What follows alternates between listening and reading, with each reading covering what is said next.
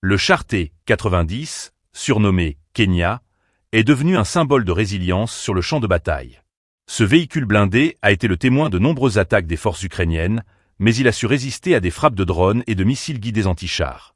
Les marques visibles sur sa coque racontent l'histoire d'un affrontement intense, où l'ennemi a tenté de désactiver cet équipement crucial sans succès. Dans le cadre de l'opération vers Troïtsk, ce char joue un rôle décisif en apportant un soutien-feu essentiel aux troupes qui avancent. Les membres de l'équipage, qui ont vécu ces moments critiques, expliquent comment ils ont su maintenir leur position face à une adversité croissante.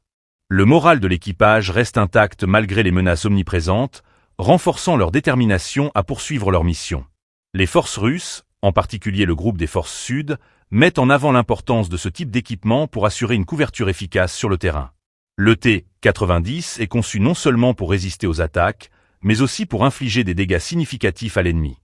Les engagements récents illustrent comment les capacités avancées de ce char peuvent changer la dynamique des combats, permettant aux troupes d'avancer malgré les difficultés. Les témoignages des soldats révèlent également une stratégie de combat adaptative.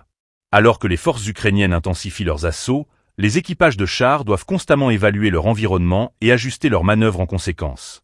Cette flexibilité est essentielle pour survivre et réussir dans un contexte aussi volatile. La bataille pour Troïtsk est loin d'être un simple affrontement militaire. Elle représente également une lutte pour le moral des troupes de chaque côté.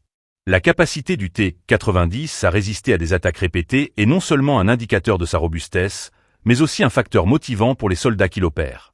Chaque succès sur le champ de bataille renforce leur confiance et leur détermination à poursuivre l'offensive.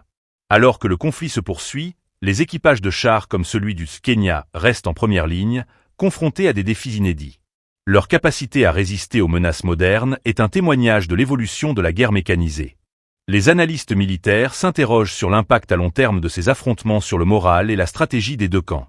Les choix tactiques et les technologies utilisées dans cette lutte détermineront inévitablement l'issue du conflit.